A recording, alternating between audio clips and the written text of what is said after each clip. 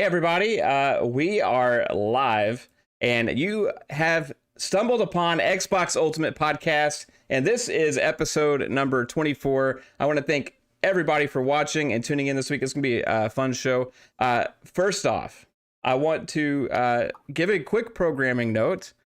Last week, we did not get the podcast up on the audio platforms for you audio listeners, because we were having internet difficulties, and so the audio just turned out really choppy, and it's kind of indecipherable to even figure out what we're talking about. So moving on from that, we are going to be having some awesome topics with lots of fun Star Wars, Indiana Jones things to talk about. We also have, for the first time, a all panel member podcast. This is... The full team is assembled. We have a starting 5. Yes. You see 4, right? I know you see 4 right now, but we have a starting 5. Now, this starting 5, the 5th member is a surprise. And I'm going to, if that's okay with you, babe, introduce this member first. You good with that? Absolutely. 100%. Okay.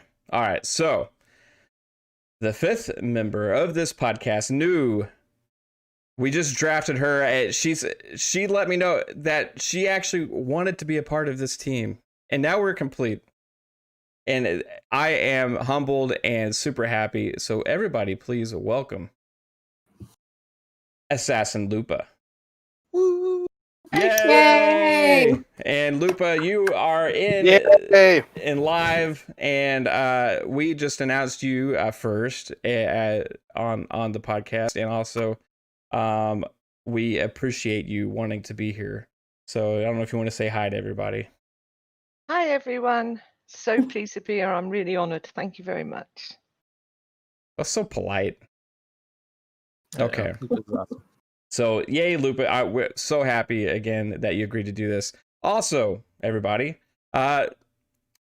because she has slapped me and told me that I need to introduce her first, even though she just gave me permission not to this time, because there's another lady on the scene. First in my heart, and also first, so second to be announced, is my wife, my beautiful wife, Caitlin. Hello, baby. How you doing? Hi, guys. Doing good. And then, 3Bit's cameras froze, and I think we can hear him, but I don't know what's going on over there. Oh, it is froze. But we're gonna make a special introduction here. So everybody, please turn your attention to the screen. One second, 3Bit. You're not here yet. You're arriving. Is that who's around the corner? Who's that pulling in? Somebody's showing up. Wait a second. Who is that in the caboose? It's 3Bit. There he is. Yes. Hey, Hello. 3Bit, welcome aboard. Choo Choo. Glad you choosed us to be with us every week.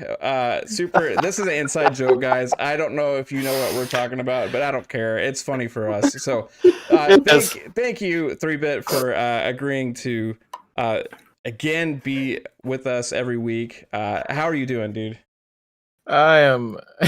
I'm good. Yeah. I just been running around today, but yeah, I'm ready to get to some of these topics, and yeah, awesome. So Yeah, cool, man. I think you need a reset or something.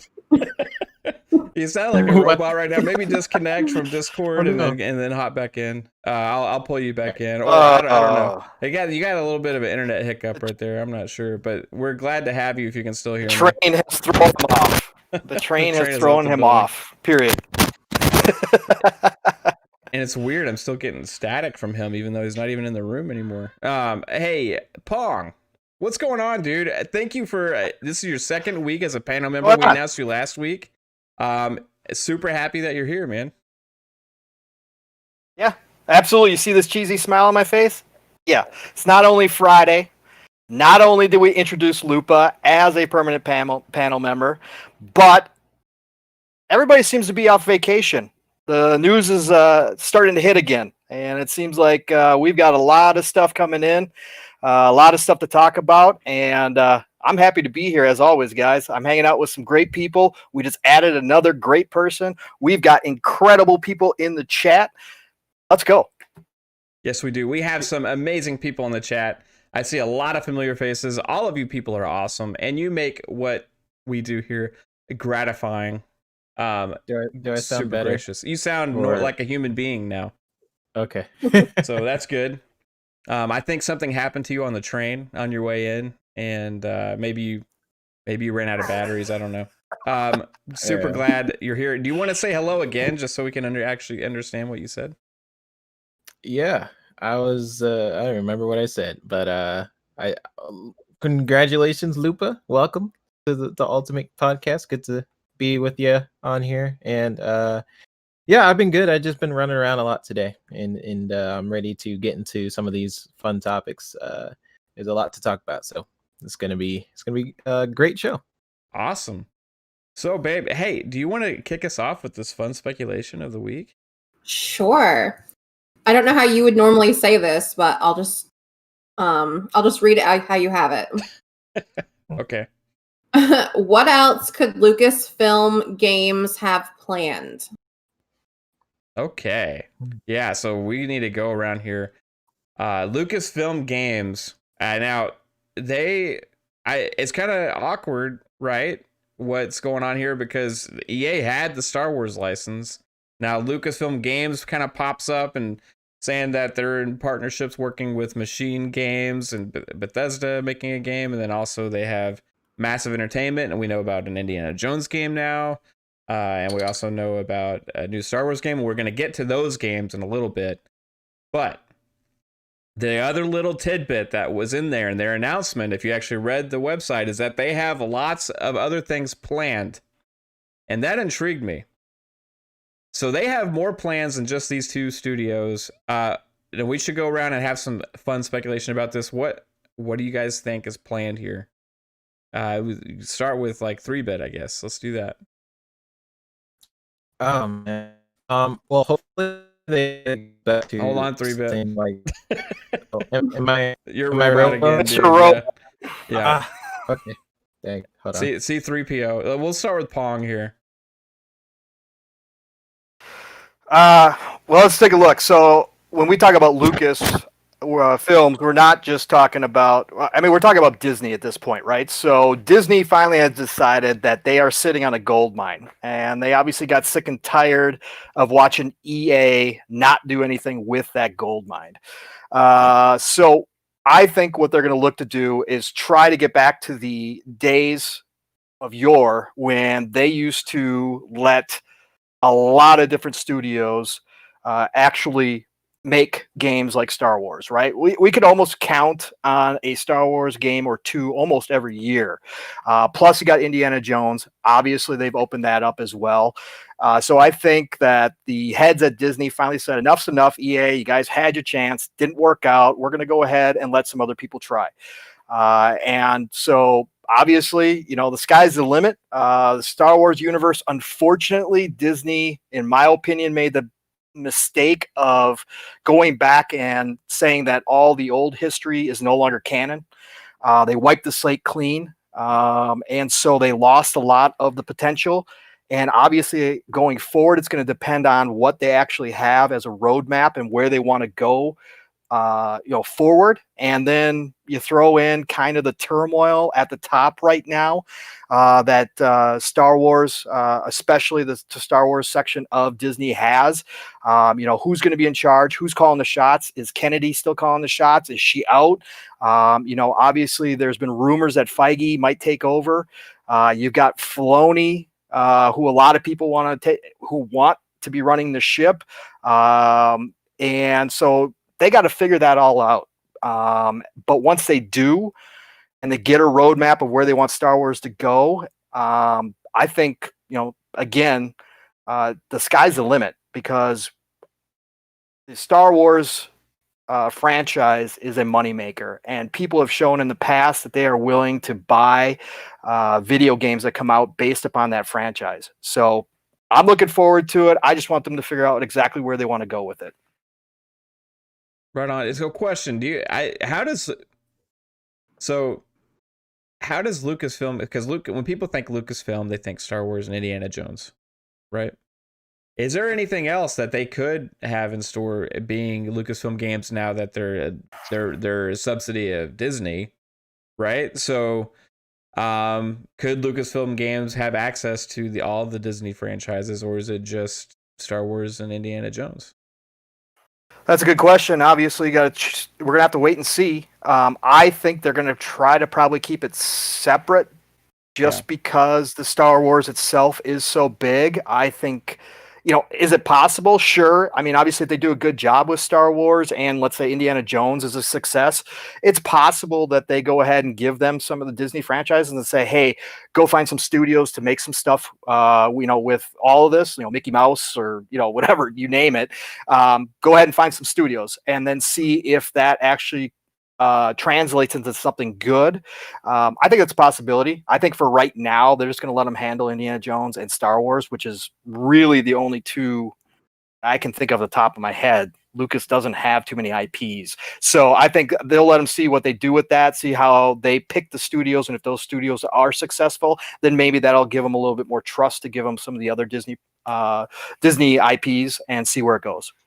Right on. What do you think, Lupa? What do you think we could get potentially from Lucas film and collaborations besides just this one Star Wars game and Indiana Jones?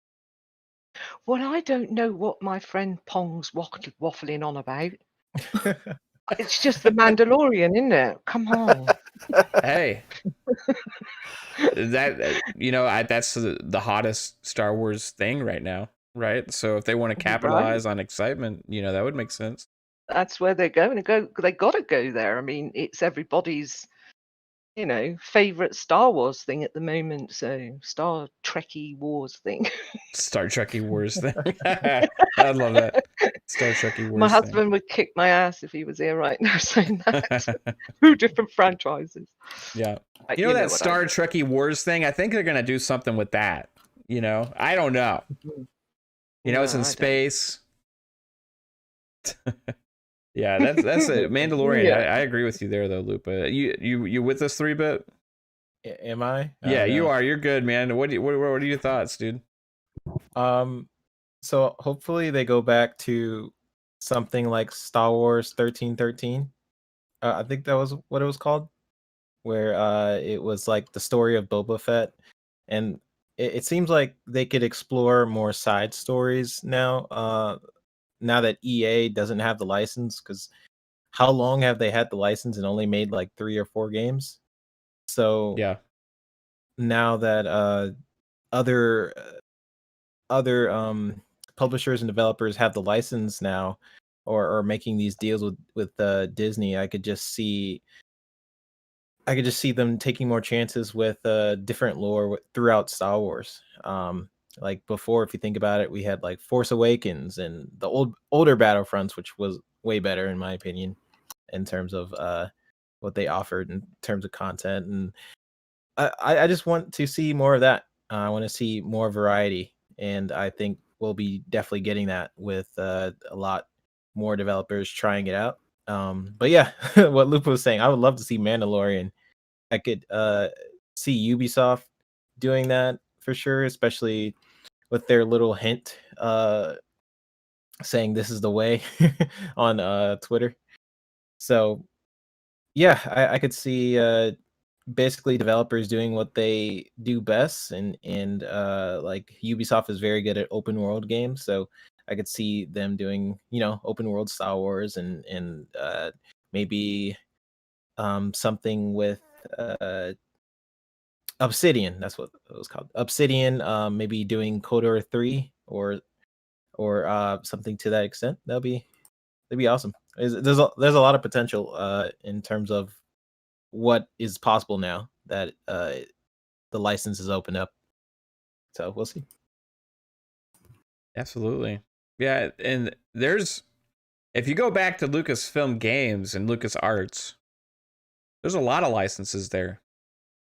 right? That go even more than just Star Wars and Indiana Jones. LucasArts used to make a lot of different games, adventure games. So it's a really kind of interesting history there. So there's a lot of different IPs that maybe they could even bring back or start anew with new IPs because they weren't afraid of doing that before.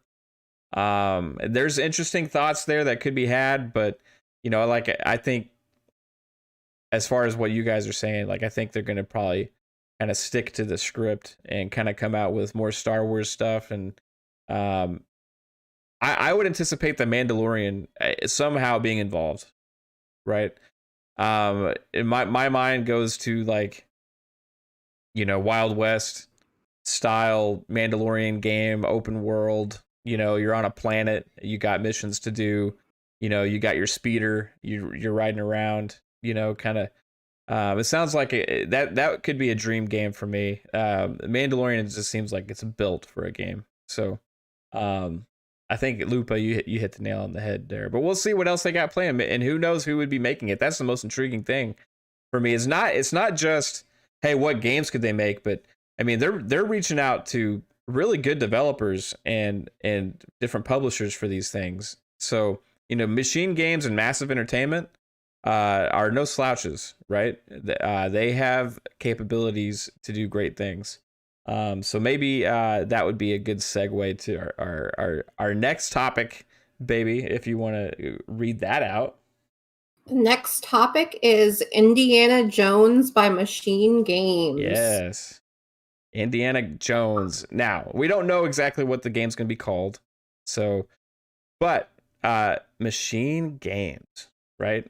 You guys know them from Wolfenstein, the new Wolfenstein games, not the originals. You know them. Some of them, the founders of Machine Games, come from another studio called Starbreeze. Now, they also made a cult classic fan favorite, Riddick: Escape from Butcher Bay, as well as some other games. I think they may have been involved with the Darkness or somehow. I'm not sure about that, but I got to look into that more. However, Starbreeze, excellent developer. Several guys left, formed Machine Games, and they have been the ones working on the Wolfenstein franchise, and they are the ones that are now going to be making an Indiana Jones game. So what is this game going to be? How big is it going to be? We know that Todd Howard is involved as an executive producer.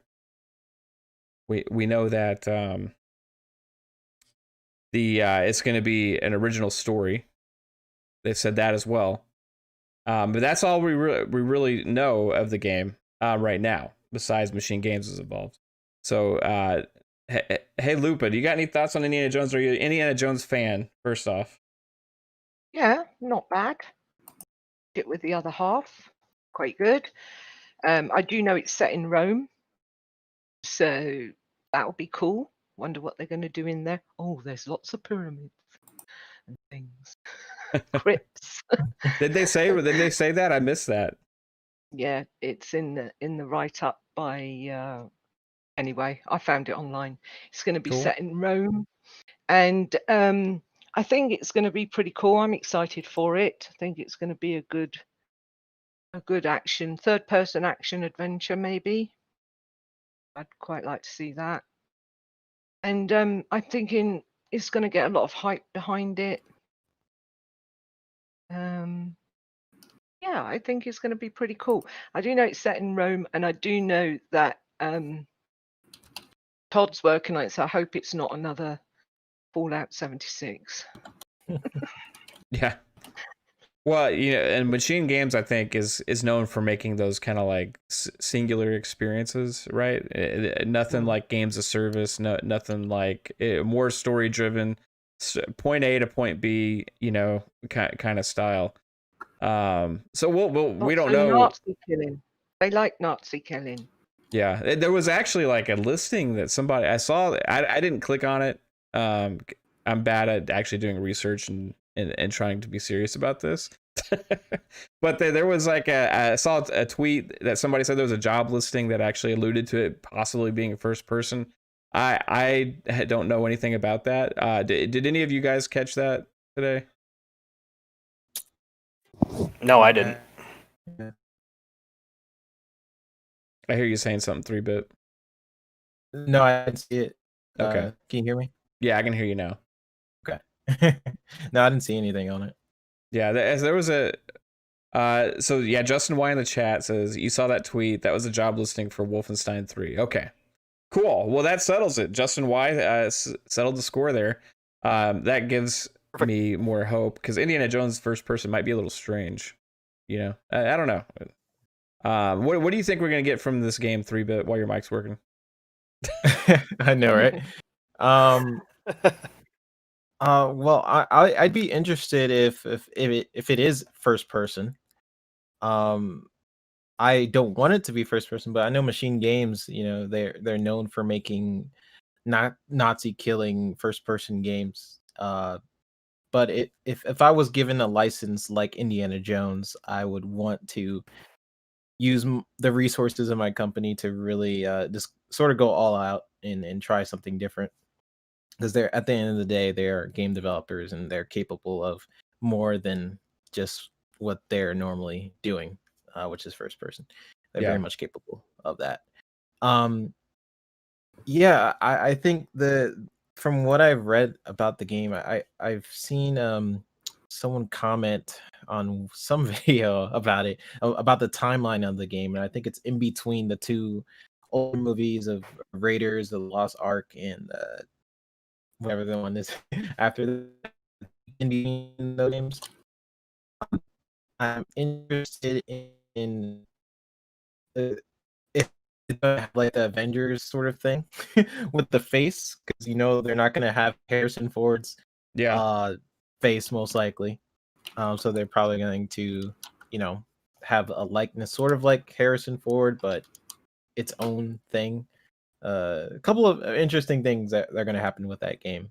Is it going to be first person? Is it, if it is third person, you know, are they going to hire a lot more people so they're more experienced within Machine Games, or is there already people there? You know, there's a lot of interesting questions that come with Indiana Jones. But I am along for the ride. I've always been a fan of Indiana Jones growing up, and I remember seeing the ride in like Disney World.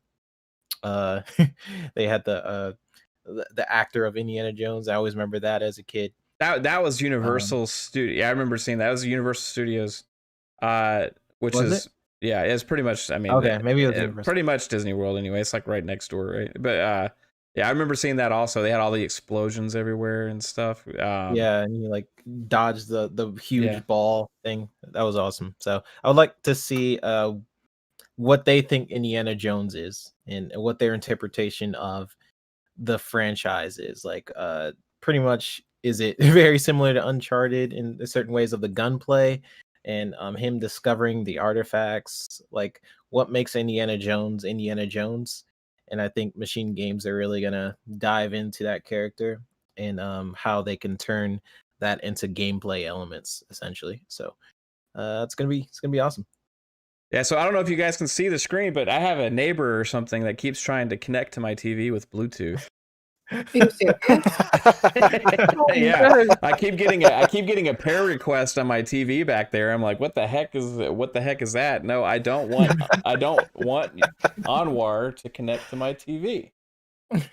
Anyway, that's weird. Okay. Do you have any thoughts on Indiana Jones, babe? What you would like to see from a game in that franchise? I sure fucking don't. But yeah, Ish said he thinks Ryan Reynolds should be Indiana Jones, and I support that. Yeah, I could see that. He's got a little bit of the same sense of humor. What about you, Pong? So this is my question for you, Pong. Do you think Ryan Reynolds should play Indiana Jones, or who do you think if they can't get the man to do it himself, who should it be? And secondly, What movie, like if they were to take inspiration from a movie, which one would it be? Okay, no, Ryan Reynolds should not play.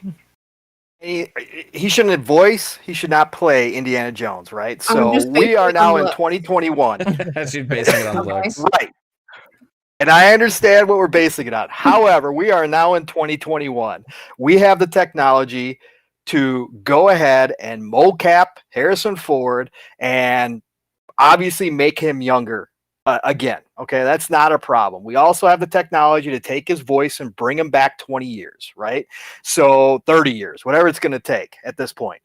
So no, I say we still go with Indiana Jones or I should say Harrison as Indiana Jones and make it right. So if they're going to do it as an older version, you got to keep it that way for me. And again, this is a huge Indiana Jones talking. Obviously, grew up with him. This is my era. I want the old Indiana Jones. So that's it. As far as where they're going to take, which one of the movies they should probably look at, I say go back all the way to the original and go with Raiders of the Lost Ark. Okay. If you're going to do this. Now, the funny part, or not the funny part, but actually what I've been thinking about is if they're going to do this, right? And they've got machine games. Now, we don't know what engine they're going to use. We don't know any of that, but maybe they're using Todd Howard's new engine. This is Todd Howard's pet project, right? Supposedly he made the pitch to get this done. So I say 100% they got to go third person. I want to see Indiana Jones. I want to see all the whip. I want to see the guns. I want to see the hat. I want to see all of it. I don't want to be first person, right?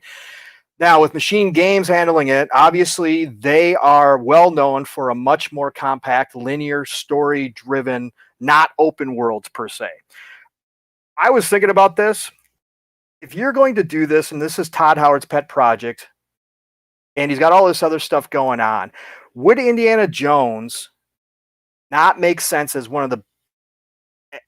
Could you not do this? Would this not be the perfect opportunity to make an episodic type game where we get a new locale, a new story every 1 to 2 years once they make the first one, and they bring it out that way? I think that would be fantastic. A new adventure. I just want to see puzzles. I want to see puzzle solving. I want to see some action.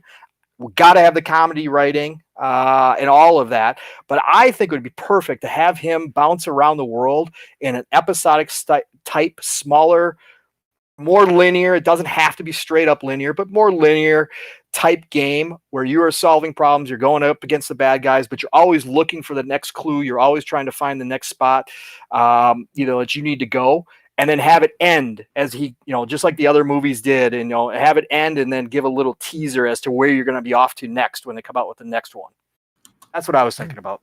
Yeah, that sounds like a good pitch. Maybe we should get you into the pitch room. And hey, I quick to mention this also. For a lot of you, I've seen this man before, but this is a Pong Soul face reveal for many of you. And hey, maybe you could be Indiana Jones. He's got about the right age. You got a good sense of humor. You kind of look like him a little bit. No. I'm not that cool at all. Just like Dr. Jones. Now, so for me, I kind of agree with you there. I didn't ever think about the shorter experience, kind of like what you're saying, the smaller experience, bringing it out and kind of like, hey, there's this adventure, then 2 years later this adventure, then 2 years later this adventure, kind of like a AA, almost AAA type game experience, right? That could be really cool. I also want it to be third person because I want to see it. I want to see everything. Now, for as far as who should play Harrison Ford, I want them to be able to go back to the younger Indiana Jones, right? And I think at this age he might have a hard time portraying that character to us. Well, I believe he's doing it one more time in the movie. In the movies he is, but he's gonna be old AF in the movie, and they're not gonna. He's not gonna be young Indiana Jones running around doing the stunts and all that stuff. Like 78. Yeah, I mean this is a guy. He is a superhero in himself. I mean, this guy's crashes planes and walks away and like goes on talk shows the next night, right? So, but I remember I was talking to somebody when I was playing the Indiana Jones game on stream the other day, the Xbox one, Emperor's Tomb, which was also, man, that game holds up. So I advise any of you to check that game out, actually, especially if you have a Series X, because it was running like butter. It's fun to play. It looked good. But the guy, there's a movie called Age of Adeline, and Yes. now in that movie, there's a guy that plays a young, supposed to be young Harrison Ford in that movie, and dude, it's like it's him. You know, I mean, I don't remember the name of the actor, but it was him. I mean, the way he acted, the voice, the facial mannerisms, everything. He nailed it, and that's who I had wanted them to cast for the Solo movie when they had actually done that, and they cast somebody else, and I thought he ended up doing a really good job in that movie himself. But this Age of Adeline guy, like that, for any body looking for a young Harrison Ford, just go and that's it. Cast that guy for everything and just replace Harrison Ford with him from now on. Hey, Harrison Ford, you're retired. We found the new you. He's going to be you from now on. Han Solo, Star Wars, Indiana, and Indiana Jones. That's the guy now. That's what I would do if I were them. But anyway, and I was thinking Temple of Doom style. Bring it a little dark and a little gritty, a little horrifying. You know, and make you feel like somebody's going to rip the heart out of your chest. You know, yeah, have like a dungeon to have to escape where you're sneaking around and stuff like that. Anyway, it could be cool. Now, Lupa says it's gonna be in Rome, so that's a really cool setting. And I get like, when I think of that, I get like Da Vinci Code vibes, right, and stuff like that. You know, trying to solve puzzles that have to deal with the history of the world and stuff, which is what Indiana Jones is about. Indiana Jones movies always kind of delve into kind of like real history as well as it goes into the supernatural, you know. So it should be good, and it's awesome to see again the guy that inspired Uncharted, that inspired Tomb Raider, the franchise that inspired these adventure games and other movies to actually get its light shined on it with a big time developer, not one of these licensed games from back in the day. But there's going to be money investment put behind this. They got a good team behind it, and that's the most exciting thing. Not the fact that they're making an Indiana Jones game, the fact that it's who's making the Indiana Jones game, and who's involved with it, because it matters just as much, right? So moving on, because we got some other cool news this week. The very next day, and what's that topic, baby? That is Star Wars by Massive Entertainment. Another one. And who saw this coming? Okay. So the first, was it, I don't remember what day it was. Was it Tuesday? I think it was, right? We got the Indiana Jones thing. Who saw coming the very next day another announcement like that? We got a new Star Wars game, made by Massive Entertainment. They said open world with an original, I think it said original story or something in there, or story. No, it said story-based open world game. It didn't say original story. It said story-based open world game. So the fact that they didn't specify original story in the Star Wars universe, like they had specified original story for Indiana Jones, got me thinking this is going to be something we've already know about. And like Lupa, like you said, you know, when we ask what other things could be in the works, you know, maybe this is the Mandalorian. You know, maybe this is what 3-Bit was talking about, the 1313, right? Maybe it's something we already know about that they know has hype behind it and people are excited about, but they're reinvesting in it and bringing it back to life. So we'll go around. What do you think, Lupa? You there, Lupa? Yep, I'm here. Just lagged out a bit. Oh, okay. Yes, I'm thinking the same as you. I'm thinking, or the same as what I thought, maybe going down the Mandalorian, maybe going right the way back to, what's it called? Star Wars. The 13 or yeah, the Overworld? Oh, what's the one that was out really, really long ago? I've forgotten the name. Either Knights of the Old Republic or That's it, Knights of the Old Republic Okay. type thing. Yeah. But like obviously more tech, more up to date. They can do much better special effects and stuff now.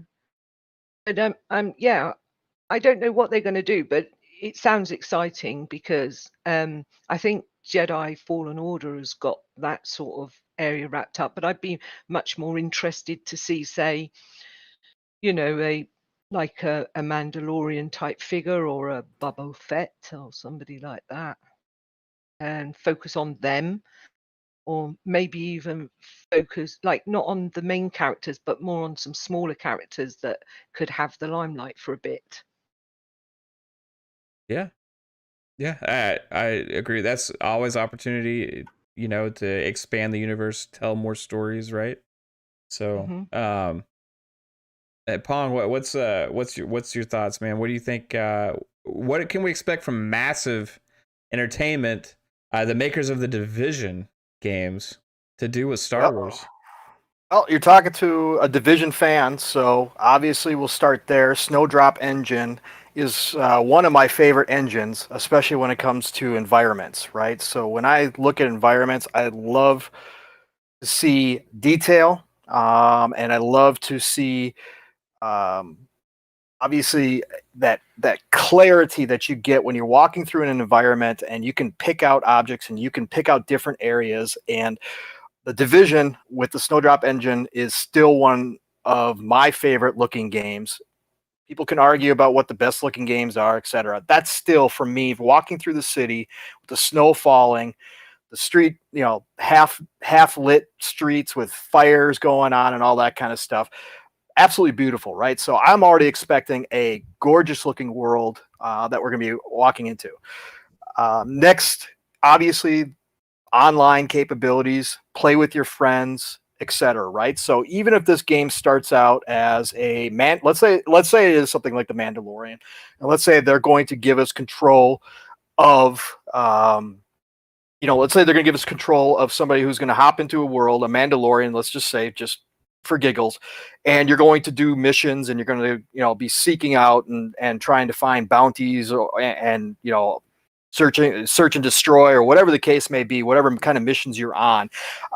Obviously, I believe they're probably going to bring in the ability to drop in, drop out with your friends, right? So how cool would it be to be in a world and all of a sudden, you're at this point, you're at kind of a choke point battle or whatever the case may be, and you're kind of outnumbered, and a couple of your friends can drop in and help you out with that battle, kind of like Gears or whatever the case. I think it's going to be incredible. I look forward to it because I do have, even though the Divisions could have been much better and they did screw up some things that caused the base to lose interest and it wasn't the success that it should have been. I'm excited to see what they do with the Star Wars license and obviously build a new world around that license. And I can't wait to see what the Snowdrop Engine looks like with Star Wars settings. I think it's going to be beautiful. Blasters, lightsabers, whatever they're going to bring in, it's going to look gorgeous. Yeah, it could be awesome. 3-Bit, what do you think, man? What do we got coming? Like, tell me what Massive Entertainment is going to do with Star Wars. Well, Pong made some good points there. Some stuff I wasn't even thinking about. But essentially, I know they're going to. Well, they chose this developer for a reason, right? That developer is really good at multiplayer, getting in with your friends, like Pong was saying. And I know if they're going to make a bounty hunter type game, they're going to want to differentiate it from Battlefront, because Battlefront is that you get to pick, different characters from the Star Wars universe, and they're going to want to make it different. So how would they make it different? Well, maybe having 4 bounty hunters taking bounty, like plans. Um, that takes a lot of sense. And why they chose that developer, because within Ubisoft, there's different developers, different teams, and if they wanted that team specifically, it's probably for a reason. It's probably because they have that experience already with the Division. And yeah, so I could totally see them doing a game sort of like Division, but within the Star Wars universe. And the only thing I could really think of is some type of bounty hunter game. I don't really see a Jedi game, but who knows? Maybe they might go that route and totally try something new. Because again, if I had the license for Star Wars, I wouldn't limit myself to whatever my team's capabilities are. That's something that has a lot of potential for your team. That is Star Wars, right? So a lot of people are going to into that just for the name alone. So we could try and predict like that it's going to have a 4 people team because of the Division, but having that license comes with a lot. It comes with you experimenting. It comes with a lot of different stuff. But with that being said, I do think they chose that team for a reason, and it's probably because of what they do in the Division. So yeah, good points, Pong. Thanks for backing me up, 3-bit. Yep. So I got kind of like an idea that would be. I mean, this is far fetched, but would you guys consider the Division to be a story-based game? Because there's a story there, but it's also kind of like games of service. So okay, so here's my thought. Y'all can all tell me if you think I'm crazy. How about the Mandalore? Not the Mandalorian, the Mandalore. The game takes place on Mandalore. Ooh, that'd be pretty sick. Yeah. Before it's destroyed, going back to the times of the Old Republic, you can create your own Mandalorian character. You can go and do missions to get your own Beskar, and all that stuff, right? Get your own bounty hunter. You can do missions and all this stuff, and you're taking on the Jedi, right? Back their mortal enemies back on their home planet, the Mandalore. You get to see the Mandalore in all of its glory before the Mandalorian people are destroyed. Anyway, and you could live out that battle, and that be a part of the story. That would be like what I would want. That I think that could be pretty epic, and that would drive a lot of hype. So this is my pitch: make that happen, because that would be sick. That would be freaking sick. I'm intrigued. I'm intrigued. Yeah. All right, man. Let's make it happen. Do you have any thoughts about what you want from Star Wars, babe? Nope. Do you want to? So I think this is a good time to go to our surprise topic. What do you think? Oh man. Okay. Oh. So as you guys know, we do this every week. We kind of surprise the guys with the topic, and you have to kill one. You have to kill one of these beloved things. Now, when you're deciding to kill this, it's erasing it from history. It never existed. You don't think it deserves to exist among its peers. So in honor of our new panel member and guest, the choices here today are going to be kill one. And I think you know where I'm going with this, Lupa, because this is your 4 favorite franchises: Assassin's Creed, Fable, Zelda, and Borderlands. So you guys have to choose to kill one of these franchises off the face of the planet. It deserves to never have been made. We'll start with 3-bit. Hey, Mav, I gotta go. Mav, I gotta go. You gotta go. Yeah, this is gonna be rough. See, my mom's calling me, so I gotta go take out my dog. So okay. No, just kidding. All right, what were the options? Tell me again. Lupa, you want to tell them the options? Your mic's on mute, by the way. Never.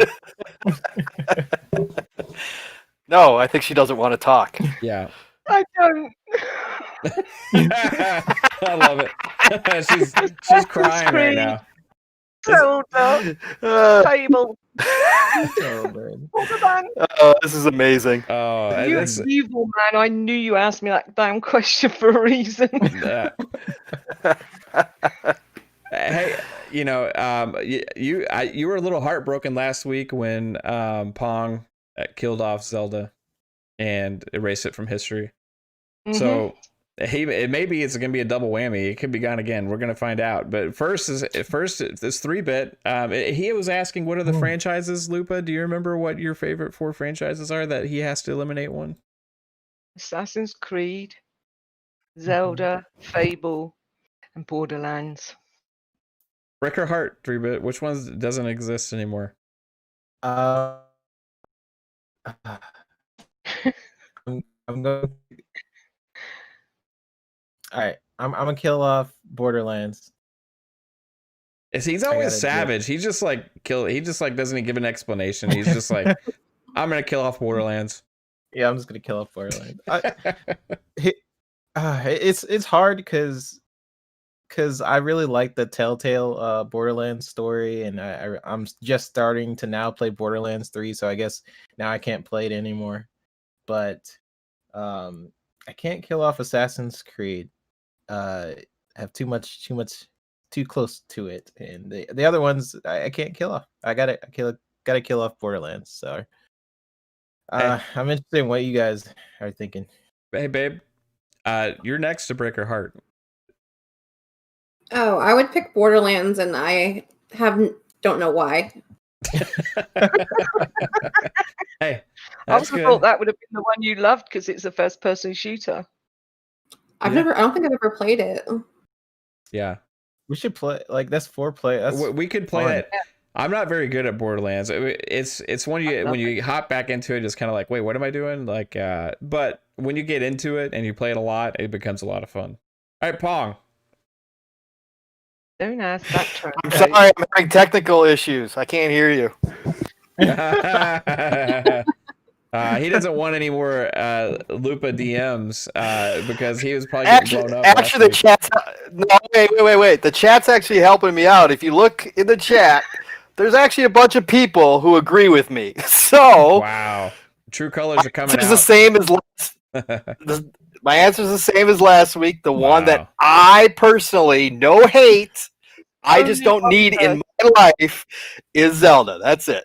So, but it's just me. Chat Pong 1. There's much more border. No. Avish agreed. Shizno agreed. Paul agreed. So I got more than one backing me up here. But again, no hate. No hate. I don't hate Zelda. Okay. He was on my side when we played Halo. He's on my side, Fibber. All right, okay. Lupa, what you killing? Lupa, you got to kill one. This is the moment. I can't kill Zelda. It's one of the first franchises that I ever got into. I cannot kill Zelda. I won't kill Zelda. Assassin's Creed, definitely not. Yeah, that's your. It's all in the name. Yeah, you just be Lupa. Yeah, I've played that since number 1. Fable, I'm excited for. I was devastated when they shelved Fable Legends. But Lionsgate's not running it anymore. Lionshead, sorry. I hope Playground do a good job. I'm thinking it won't take that much of a hit. I think it's going to be Borderlands. Oof. So Borderlands no longer exists to Lupa. And I have to apologize. I was trying to torment you, and I hope I succeeded at least a little bit. Yeah, you did a bit. I don't want to get rid of any of them. But hey, that's a fair choice.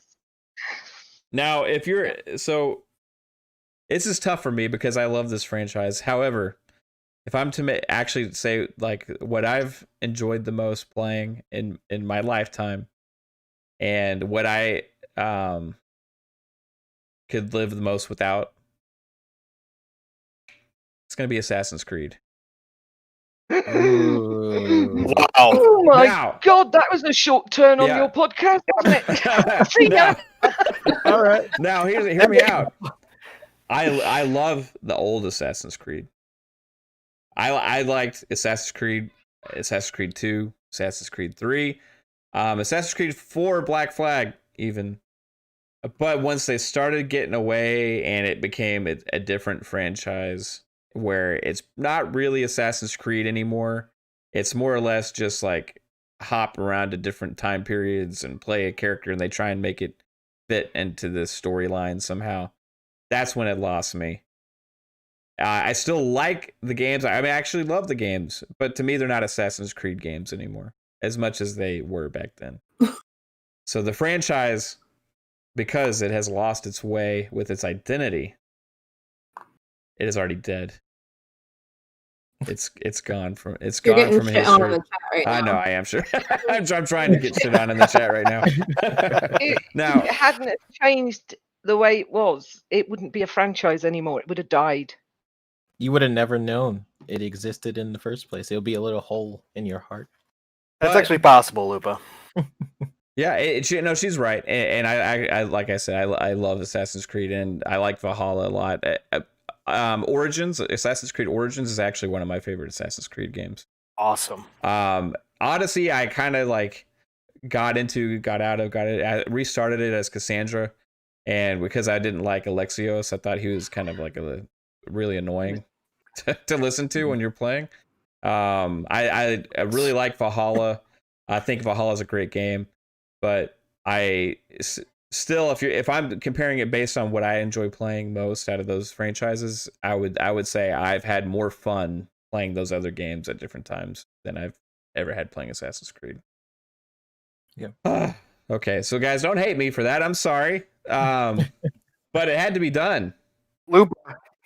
Wait. Lupa, I expect at least a day of hate towards Mav now. The same that you gave me. Same energy, Lupa. Same And energy. you, watch out, both of you. Yeah. No, mine's all done No, now. it's not. You wait, I'll come when you don't even know I'm around. So That was just bloody mean, Mav, actually.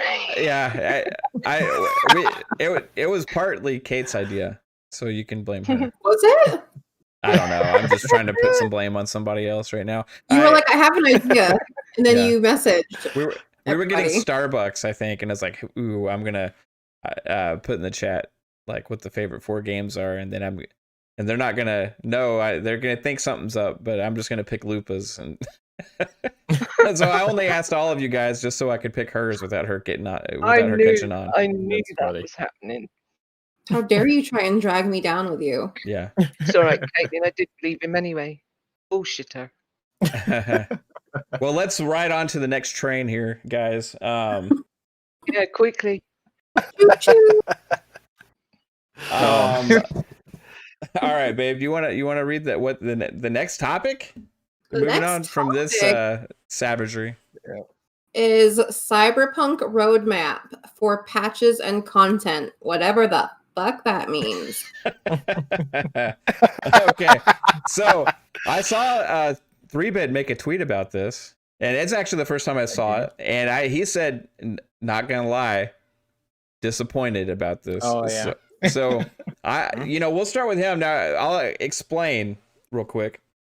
So Cyberpunk 2077, the developers issued another one of the yellow statements that kind of destroys them once a month. It seems like they kind of do something that destroys them with one of these yellow news releases. They got to stop that. Whoever keeps doing these is like, they lost the plot, I think. It's not helping them or doing them any favors, but they did issue a roadmap for updates and patches and stuff and content. So what it said, and there's like a vague timeline here that doesn't actually have any months on it. They just got like plots of when they assume roughly based on, it's like, in school and elementary school when they're trying to teach you like how to segment like 10 and they just have you guess, like, hey, how many tenths is this? They put a line somewhere. That's what this looks like. So somewhere in 2021, boy, is this already released? I don't know. No, we get a hotfix 1.04, and then somewhere later we get hotfix 1.05, and then somewhere later we get hotfix 1.06. Oh wait, then there's 2021. So those already released. We already got those. Mhm. Okay. Then somewhere after 2021 is patch 1.1. So that's coming, but they don't know exactly when. It's just a dot on a line. Then after that is patch 1.2. Then there's a big long gap that says multiple updates and improvements. After that, and somewhere in that long bar of updates and improvements is free DLCs, and towards the end, this is what the one that's been controversial. Towards the end of the line for 2021 says free next gen console update. So that's the one that's kind of making people a little surprised. And so, hey, where do you think these dots are going to land actually in these time periods, guys? And you know, they did kind of announce that these updates were coming later than anticipated and expected. I'm guessing probably August or early September for the next gen title update, if I was to make an assumption. 3-Bit, since you were so disappointed on Twitter and you were becoming a troll online and adding the developers and giving them a piece of your mind. Yeah. What do you have to say about this? Yeah, I was mostly disappointed about the next gen update being so late. Like it basically says towards the end of this year is when it's coming. And I had the mindset that it was going to happen within like maybe next month. So yeah, that was pretty disappointing to me because I stopped playing certain segments of the game because I was like, oh, okay, I beat the game, but I'm gonna wait to play some of the side missions because I want to at least experience the side missions in next gen. But it's starting to look like that's not gonna happen. So yeah, I was just disappointed by that. But it seems like they do need a lot of work on the game. I personally didn't experience a lot of issues with the game. Uh, in fact, I didn't experience a lot of bugs with the game until after I beat it. Just so I had a pretty good solid experience, but people who haven't. Um, so yeah, it's just kind of sucky, a sucky situation all around that they felt that they needed to release the game earlier, and sort of hide the progress for past gen titles such as Xbox One and PS4. Um, Meanwhile, like people on the Series X and PS5 don't have as much issues, but still has issues in terms of like the AI and certain aspects in the game. Oh yeah, it's just kind of sucky. And the fact that they're putting all these patches, um, they have their release dates for the patches, but then DLC goes even before the actual next gen update. So before you even get the next gen update, you get a DLC and all this other stuff. So that was like another nail in Yeah. in my soul. So Why would they worry about DLC content before actually getting the actual next gen version released? You know? yeah, that was like interesting to me because normally how I picture it is like you get the next gen update in there and then you patch on top of the next gen update. But maybe they're doing it in a way where they patch the game, and then put it. I don't know. So Yeah. I was just kind of disappointed about it. Yeah, I mean, it's at the end of the day, it's not a huge deal. To me, the game is still good, but like it is kind of goes into the weird development of this game, where you can see maybe some of the decision making that has caused some of these problems actually laid out in front of you on a roadmap right now. Because this decision making we're actually seeing on this timeline doesn't really make a lot of sense. Now, if they went through their whole development cycle with these same kind of mindsets, we kind of know why we're in the position where we're at now. Yeah, but I If do that want to makes any say, sense. that despite my disappointment, I had an amazing time with the game. Yeah. I thought the game was like incredible in terms of the story and just the content that's already in the game. Some things that are in the game I haven't seen before in an open world game. So I do want to give its credit there, for sure. Yeah. It is like it's a great game for sure. Yeah, I agree with you there. How about you, Pong? Do you think there's anything to be upset about with this, or as a fan, or do you think it makes sense?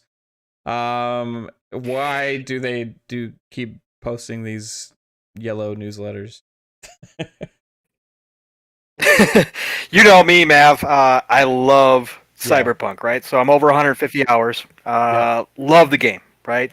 But CDPR need to just shut up, and they just need Yeah. to get this stuff done, right? Obviously, having the roadmap is nice, and I understand why they want to do it, and I understand why they did the apology. They've got to cover their butts, right? So it's CYA. They've got possible lawsuits. They've got all this other stuff going on, and they want to show that they are doing their best, right?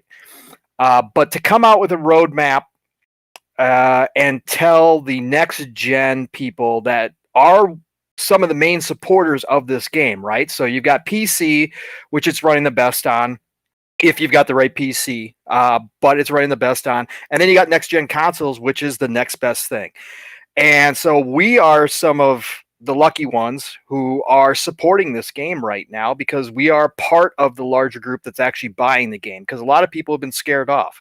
So to push us all the way to the back doesn't make sense to me. I understand from a business standpoint what they're doing. So first of all, can we all just finally say how screwed up the old, the last gen systems must be that need this much time to fix it, right? So it must be bad, and I still can't believe they let it out the door this way. But obviously, what they're going to try to do is patch the old stuff so that it's actually in a playable state, and then they're going to sweet talk everybody with a little bit of free DLC, and they're going to get some good exposure for that, especially if the DLC is like the Witcher 3 DLC, and everybody loves it, right? So now all of a sudden, everybody from the last gen can play it. They're playing it. They get this little free candy drop, hey, come here, we got something good for you. We want to show you we really love you. So, here you go. Here's some DLC. And that's going to carry them through, and probably earn back some of that goodwill that they've lost up until, the fall or early winter when they finally release the next gen patches. And then everybody will be happy, hopefully, if everything goes as planned, which we know doesn't always happen. But again, for me, where I'm at, love the game. It's my game of the generation, so I beyond love it. It's fantastic to me. Bugs and all. Not going to say it's perfect. It's not. But I just wish they would get down to business. And personally, selfishly, I wish they were going to work on the next gen patches first and get those out as soon as possible. Yeah, that's where I'm at. I think a lot of people assumed they already had been working on that patch and probably close to coming out, which I mean, I'm sure they have, but like, for one thing in the previous statement to come out and say, hey, we didn't pay enough attention to the last gen versions. And then now you're saying, okay, the next gen version is actually still not out yet. It's coming out late next year, but we didn't pay enough attention to the last gen version. The messaging is just all over the place. So they need some help there. Like I said, the game to me was good anyway. But if you did have, let's say, an original Xbox, especially like the VCR Xbox, or you had like a regular PS4, and you saw the advertising for this game, you were probably disappointed. And now, if you're thinking about getting a next gen console, you're like, okay, well, when do I get to play the game that I was promised, right? So that's kind of where a lot of those people's mindsets are. What do you think, Lupa? Like, have you played the Cyberpunk yet? I think you said you were waiting on it. Yeah, I put it on the back burner, waiting for the next gen patch. I'm a bit disappointed it's going to be so long now. Yeah. And it's not like Xbox has no games, is it? Yeah. We've got plenty to play, so I'm not that worried. I'm glad that the boss took the reign like he should have done. At least he didn't try and palm it off on his underlings or the devs. I don't know. I'm just hoping. I mean, a lot of people I've spoken to who have played the game on the Series X haven't had that much of a problem. I think it's mainly on the old gen consoles. They're having a problem, and I do feel sorry for them. There's a lot of children out there who saved up for that game. A lot of parents that saved up to buy it for their child. Now their child can't play it because they haven't got a new console, and it just stinks. But CD Projekt Red released Witcher 3 with a lot of bugs, and they sorted that out, and now it's most people's game of the gen. And I think that they'll do the same with this. They'll sort it out. They'll get all their sticks in a line, and I'm just really, really angry that they're looking to bring out DLC, and I mean angry, before they bring out Yeah. the next gen patch and sort out the game as it stands. So Yeah, when I Yeah, bought Cyberpunk, pretty- I didn't think it would be that far. this is the same with me. I thought I've got the medium in January, probably get it in sort of March, April. That would suit me just fine. But now you got to wait to the end of the year. It's a bit of a nasty turn of events, because I do think that they should sort out the original game first before they even think about bringing out any DLC. Yeah. But yeah, just like Pong said, they will sweeten it up with some free DLC. But you know, that's a bit of a slap in the gob, I think. Yeah, I mean, like I said, for all, I think all of us here that have played it have had an enjoyable experience, and it's not really that big of an issue. But the excitement of getting to see that next gen stuff that we've been waiting for, it kind of does suck a little bit that it's going to be so long. But at the end of the day, we're still going to get to play a great game until then, and lots of other ones. Do you have anything to add about this, babe? I actually have a question for 3-bit about it. Okay. Do you think that the Oh, man. patch will allow for running a train?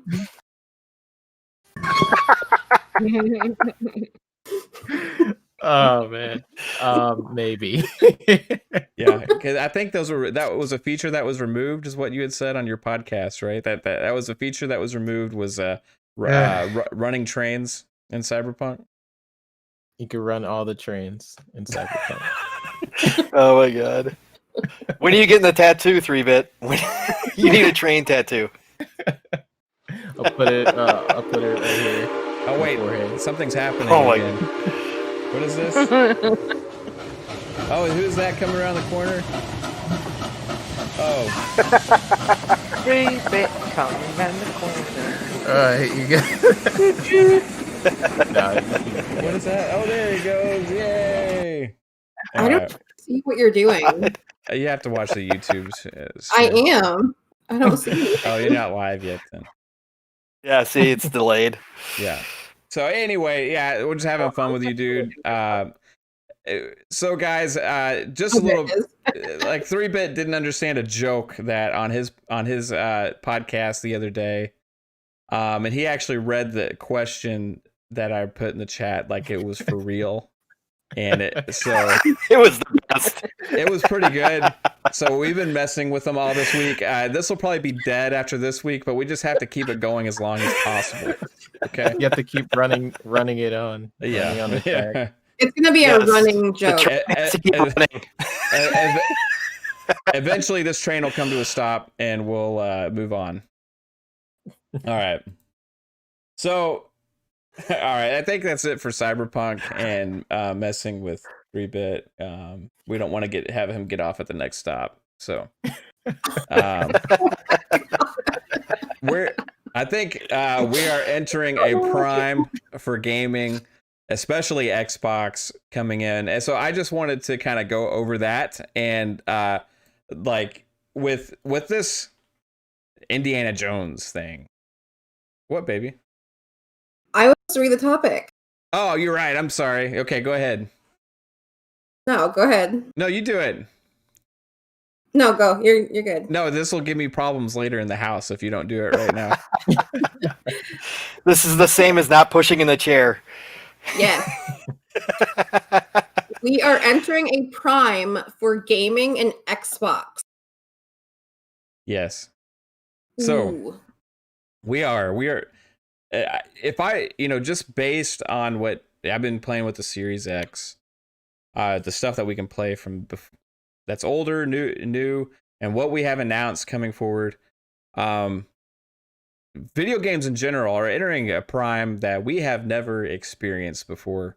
A time of games that are going to be running better than they ever have before, looking better than they ever have before, to an experience that we have never really had with these type of games. And we keep getting these new game announcements. Xbox especially keeps making investments in the studios, and there's rumors of even more coming. And with the news of the Star Wars game coming, the Indiana Jones game coming, plus all the stuff that we already know about, that's coming, as well as Xbox said that there's more stuff coming down that and maybe even for 2021 that we don't know about. We are, as gamers, especially on Xbox right now, in store for, I think, going to be the golden age, right? This will be the time that we look back on in the future and say console gaming was at its best at this time, with experiences that we never would have ever thought possible. And not just a few, there's gonna be a lot, especially also with Game Pass. So what are you guys' thoughts? Somebody go with this. Like, do you agree with that, or do you think I'm living in the clouds? I agree with you 1000%, Mav. I was just actually thinking about this on my way home. I even forgot this was a topic tonight. But seeing all the news come out and just thinking about, and it's for all gamers. It's not just Xbox, but Yes. Xbox is definitely going to be in there. But I mean, look at everybody right now with the year that happened last year. The opportunities for video games opened up dramatically, right? Even more so. It was already a growing industry, but they overtook, and obviously due to COVID, but they actually grew beyond, movies, TV, sports in a way that nobody predicted, right? They thought eventually, but I've seen a couple articles that said that, this last year pushed the video game industry 2, 3, 5 years ahead of schedule. So there is a lot of money, a lot of opportunity right now, and people are wanting in. And these game companies are seeing this. We're seeing, a lot of purchases. We're seeing all these companies try to gobble up and get as many developers and people working for them as possible to start putting out content, because that's going to be the key. We hear Sony doesn't have the studios that Microsoft now has. They put out incredible, obviously they've got their formula. They put out incredible AAAs, but you heard Jim Ryan talking about possibly, moving to a shorter development period with smaller games. Obviously still keeping the high quality, but they want to start pumping out more games because they know they're going to have to compete. And obviously they're going to come up with something like Game Pass in some way, shape, or form. I don't know if it's going to include day one, but they're going to come up with something. But they're going to need content, because they're looking over at Microsoft right now. They know how many studios are there. They know how many people that Microsoft now employs and are making games, and how many teams are working on individual projects. So they know the tidal wave's coming from Xbox, right? Sony is going to have all of their big AAA franchises come out. Just depends how long it's going to take them. Nintendo is killing it right now. Again, Nintendo's not for me, but I respect what they do, and they are absolutely killing it. So all of this growth means we gamers are going to enjoy a golden age of gaming for sure. This generation is going to be long remembered if it continues the way it is now, and it doesn't look like it's going to slow down. You've just introduced who knows how many more millions of people to gaming over, what's happened this past year. It's gone mainstream. It already was mainstream. It's gone even more mainstream. And so that just means we are going to reap the benefits as all these game companies are trying to push products, content into our hands and say, play here, play with us, buy our games. It's going to be amazing. Yeah. Anybody want to chime in on that? Yeah. Yeah, I think this year or last year was an interesting one because developers did have to figure out different systems on how to deliver games to the players underneath the COVID crisis. But I think with that, they also did learn the fact that a lot of gamers we're stuck at home for one, and what do you do when you're stuck at home? You play games, and I think uh, Xbox is in the position right now. What Pong was saying, Xbox is in the position where they have a lot of studios, and Sony is looking at that. And despite Jim Ryan saying we believe in generations, but then they kind of contradicted themselves over and over. But really, it seems like Sony is figuring out what Microsoft is doing in certain aspects, and that is content is king.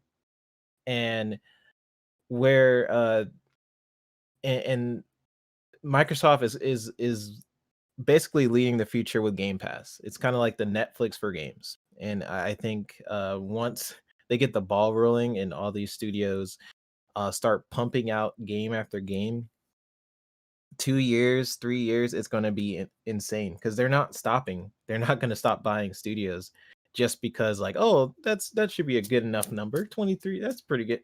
No, that's not going to happen. They're still looking for studios. In fact, like right after the Bethesda purchase, they said, yeah, we're not done buying studios. Because if you look at Phil's comments, he said that we are not in the race against Sony anymore. But I think that can also inflect what the future is. We're not just going for console sales anymore. We're going for much more than that. And that's why their main competitors isn't even Sony, it's Google and Amazon, because Google and Amazon have tons of money and they have tons of potential to buy studios. They are $1 trillion, billion-dollar companies. And they're, even though you can say like, oh, Google, whatever, they just make the crappy Stadia, or oh, Luna. Just imagine if your favorite franchise is Assassin's Creed, like Lupa, right? No, it's dead. And Assassin's or Creed it's is dead.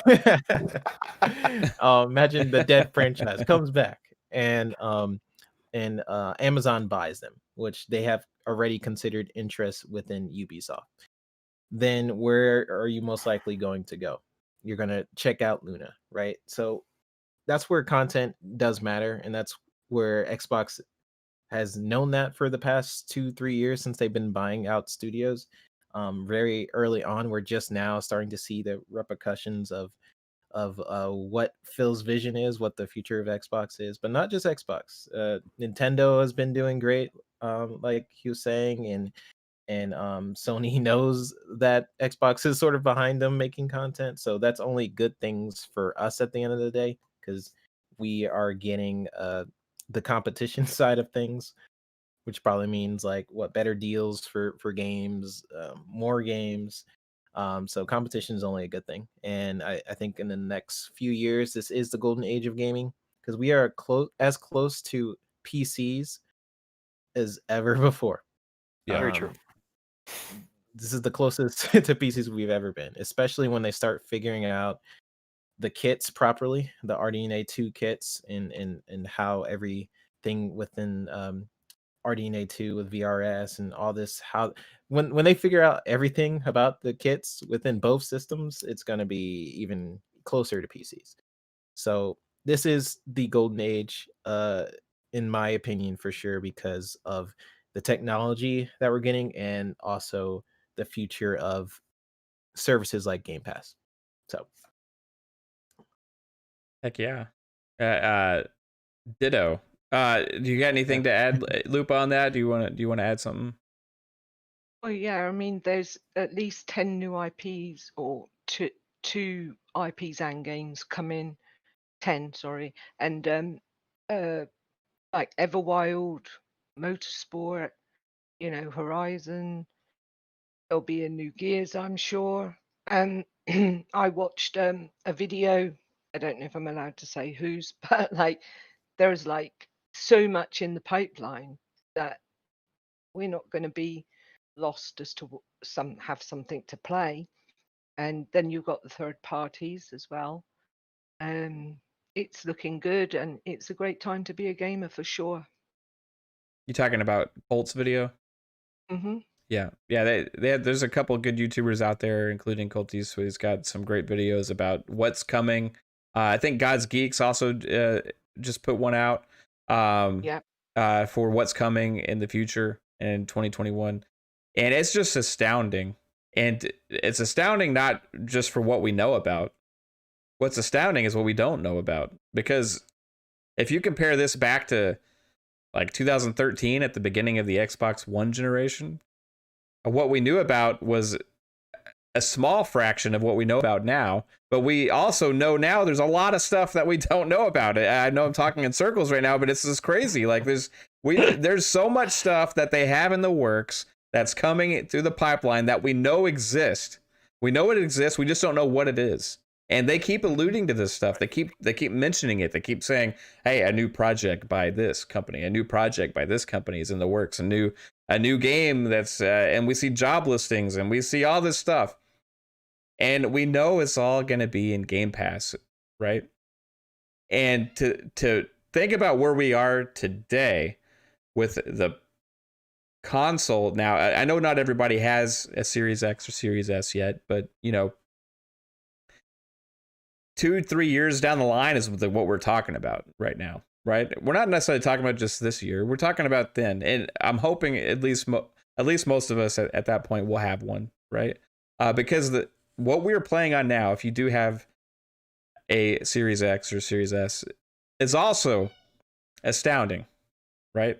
The performance that it puts out for being able to maintain 60 frames at the resolutions and stuff that it does is just like, we've never had that before, and we have untapped potential. They're not even, Unreal Engine 5 is not out yet, right? That's probably the main engine that a lot of these games are going to be running on, as well as other new engines that we probably don't even know about, right? We also have the new Halo engine that we haven't seen 100% what it's going to be capable of yet. There's going to be a lot of stuff come in this generation that is going to, our minds are going to be blown, because what I'm already playing, my mind is blown, and these consoles just came out. And what we know about is going to be insane. So just wrap your heads around this, guys, and think back to where we were before. It's a different story.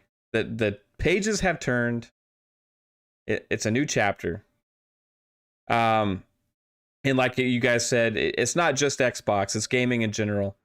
And now we hope that, Nintendo, for me personally, even though they're doing great, I hope they see the success that the PlayStation 5 and the Xbox is going to be having with their models, and get back into console gaming as well as now I know Switch is you can say it's a console, but I want like a powerful Nintendo machine, Switch is going to have an advantage for sure because of the fact, the next Switch, because NVIDIA is going to want to compete with AMD to some extent, so they're going to want to show that off. I'm thinking, but yeah, and just all of this together, it means better things for all of us and more good things. And they got to keep up with the race. These companies, they got to keep up, right? So if you're not keeping up with the pack, then you end up failing. And Nintendo, Sony, Xbox, none of them want to fail. They all want to succeed, and we're going to be the benefactors of all of this investment into gaming. So well said, and guys. Of course, competition's good. Yes. That's why we don't want any of them exactly to fail. Why we're here. We don't want any of these Right. companies to fail.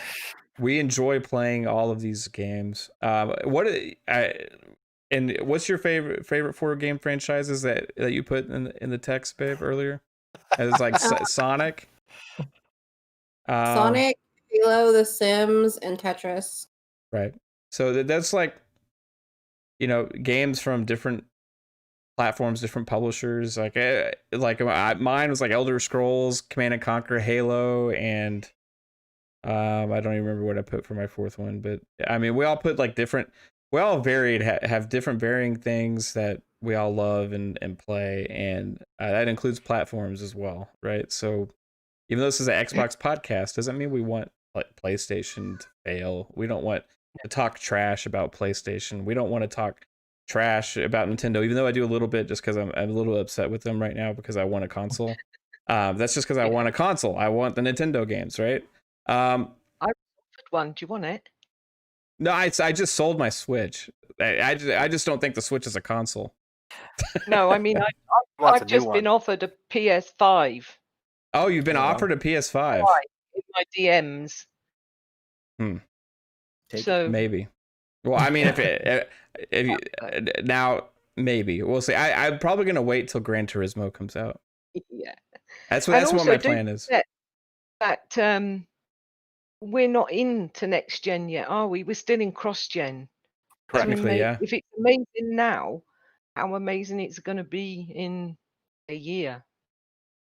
Yeah, I think we're gonna see a glimpse of next gen with the Medium here coming up. Mhm. Later this month, the Medium comes out, and I don't know if you guys saw on Twitter, they put out the little ray tracing video, and that was pretty interesting. And also like hey, whoever is in charge of the marketing for that game right now with the trailers, bravo. That was a good trailer. Yeah, the 14-minute Raise. gameplay thing that they put out was Very good. fire, and then the little ray tracing demo, the video they put out showing that off, and then that live action trailer. That live action trailer was one of the coolest things I've seen in video games, like as far as a trailer goes, in a while. I mean, I think the only one that kind of I can compare it to is a Hellblade 2 trailer that came out last year at the Game Awards. Oh, no, with the man. Yeah, yeah, that one. Yeah. That, I mean, absolutely amazing stuff there, guys. Okay, so do you want to tell everybody? Well, hold on first. After the show, we do this thing every week where we play some games. Now, we've been sticking to the same game for a while now because you guys seem to be having a blast with it, and a lot of people want to play. So, hey, again tonight after the podcast, we have Ultimate After Hours. So please, anybody who's watching, join us for a good time where we will all slaughter each other, and we'll do the teabagging and sword fighting and play some interesting modes, and 3-bit will win every game. And hey, by the way, guys, we played 3-bit last week. After it was wrapping up 6-on-1. Don't bring this up. Don't bring this up. Don't. 6-on-1. Okay, and I have the video. I'm holding it hostage. I want 3-bit to pay me $200 for the rights to this video. 1,000. 1,000. 3-bit's going to be on my 6 team tonight. versus 1, and he slaughtered us. All the time. He slaughtered us. It wasn't even close, guys. Okay, so just putting that out there. But join us after the podcast, please. It'll be a fun time. I enjoy getting to know some of you guys that we haven't talked to before. The last few weeks, there's been new people every week, and it's been absolutely amazing. So hey, It has. come and join it. Come and join in the fun. All right, our gamer tags are also on the screen if you need to write it down, or if you want to plug it into your Xbox real quick, type it in. All right, guys. Now, how do we end the show every week, babe? With the Game Pass Game of the Week. That's right. Now, we actually played some of this game. We started it. We didn't play enough of it yet. No, we didn't play enough yet. I've heard good things about it from several people, and so I wanted to bring some attention to it. So, what do you think of Tell Me Why so far? We've played maybe about 2 hours, an hour and a half or so. Did we play that long? I think so. Yeah, the time kind of melts away. For sure. It's really pretty, and yeah, I just love playing games like this with you, like in bed at night. Ooh. Wow. Mm. Hey, I wasn't expecting to go there, guys, but hey, What? we'll play I some love a more. bit of playing in bed. We'll play some more Uh, tonight. Hey, tell me why. Hey, tell me why. Why I don't like Mondays. A Midway Monster in the chat says that's hot. Also, hey, everyone in the chat, thank you for hanging out with us again tonight. It's been absolutely a blast. I've been seeing the chat go off like crazy. It's popping like fireworks. Just everybody having a great time, great conversations. I love it. That's what all this is about. It's about having fun. That's why we do the kill it bit, because we don't actually like want any of these game franchises to die. It's just fun to have this like stupid talk about making people uncomfortable. You know, just- I don't know. It won't You be just like forgotten. making Lupa mad. Yeah. That's it. Well, that was a special one for Lupa this I'm week. still Yeah, hunting 3 weeks in tonight. a row Three now. bits on my side. But hey, and this is going to be the regular group, guys. So if you don't like somebody, let me know. Send me a DM, and I'll see if I can't get them off the show.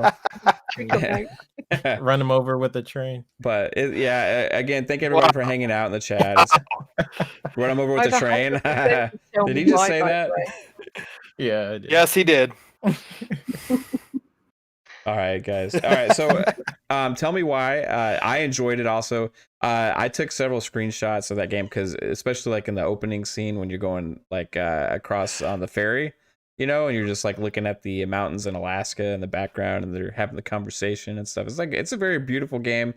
You got there's a deep personal story in there that's refreshing a little bit to kind of like, hey, this is more of a intimate personal experience that you're getting to witness. Almost is kind of what it feels like. It feels like you're peering into somebody's life almost, and kind of seeing what they're going through. And it's kind of interesting to play that experience instead of popping people's heads, and chainsawing people to death sometimes.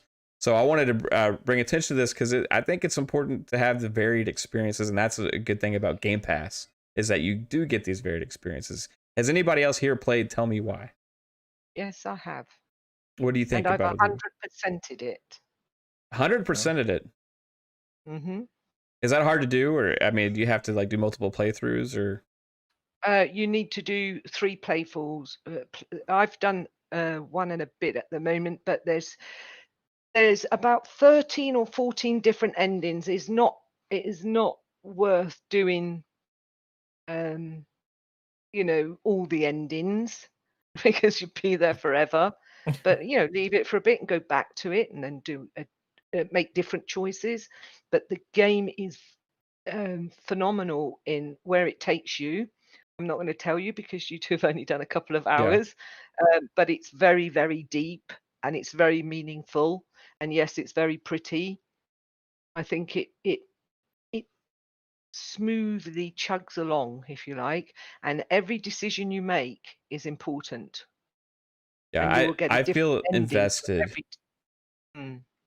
You definitely are invested, and every single decision you make will give you a different ending. Near enough. That's cool. I didn't know that actually. That has me even more intrigued. There's something, I think it's 13 or 14. I can't remember exactly. My memory's bad, but 13 or 14 different endings. I think it is. Wow. Did you were 3-bit or Pong? Did y'all play this game? Yeah, I played it. Yeah, go ahead, 3-bit. Yeah, I played it for about the same amount of time you guys played it. So I'm actually like pretty interested in finding out more about the ending. I'm liking where the story is going. It's just so much to play. That's the thing about Game Pass. Yeah. But yeah, I was definitely planning on getting back to it and trying out wherever the story is going. I know I don't want to spoil anything because I don't know exactly where you guys are, but yeah, it's very good so far. Right on. What about you, Pong? Have you checked this game out yet? I checked out the first part of it. Not my type of game, not my style of game. So I tried it to see if it was a story that I wanted to invest in, and it just didn't grab me at all. So it looks great, and the writing was good. I mean, from the parts I played, I can definitely see why people liked it, but just not for me. Well, that's one of the good things about Game Pass is that you don't have to make that Yep. investment into buying a game to check it out. You know, like you can install it, check it out. If it's not for you, move on. Do you have a different Game Pass game of the game that you want to shout out real quick? Yeah, the one that just came out this week, Torchlight 3. Love the Torchlight franchise. If you guys like Diablo style looter action RPG, Torchlight, all of them are fantastic. I was actually going to buy this one. Yeah, Torchlight 3 just came out on Game Pass on Thursday. Yeah. Need to download it. Actually, if anybody wants to we need to play that because we together. can do Yeah, because we can do multiplayer. So for sure, I'm only level 6 so far. Yeah, awesome. I was gonna buy it, and then because I had played the other two on PS4, so I was like, oh, cool, and then I decided to hold off, and sure enough, it shows up in Game Pass. So it's amazing. I love it. Great graphics, really fun. Just a really good time. That's awesome. Yeah, I was looking to get that one too later. I've got so much to play. It's unbelievable. Yeah, there's too much. There is. I can't get around to them all. I've got like 5 I downloaded this week, and I still haven't got to one yet. And, like we were just talking about, we're just starting. Just wait until 2022, 2023. It's gonna be it's gonna be insane. Get bad. And if you guys have been paying attention to any of my streams, you know, like, okay, so we got all this new stuff to play. But I've been like this past week, I played Indiana Jones Emperor's Tomb from like the original Xbox, and then I was playing Battlefront 2, right? Then I was playing Battlefield 5. There's just like, and these games, especially if you have a Series X, I mean, it's just insane how good they play. I mean, absolutely incredible. You were playing. Were you playing with this Pong on Battlefield? You were playing, weren't you? Yes. Right? Yeah, jumped in. Yep. Yeah, that was amazing. Say who streams fun, Mav. Huh? Who streams? You didn't say who streams. You just said your stream. You need to tell them where to go. Oh, like where they can find the stream? Yeah. Right here on this YouTube channel. In fact, after this podcast, the Ultimate After Hours will be streamed. So we'll go live with Master Chief Collection, and you'll be able to hear everybody. Shout out to, there's also some other streamers in the chat as well. Just Key, he was actually playing Battlefield 5 with us as well. So you can check out his YouTube channel. And it's a blast. I actually really enjoy streaming. So check it out on this channel, where you pretty much every night I'm streaming now because I'm playing games. So if I'm playing games and I'm sitting here, like, I'm just going to turn on the camera and go live. And it's a blast for all you guys that do come and hang out with me. I super appreciate it because it makes it more fun. I always appreciate gaming more when it's like a social experience, right? It's just a blast. And thank you for making the games more fun for me, because that's ultimately what it's about. So, all right, guys. Well, anybody else have anything to add before we do the outros?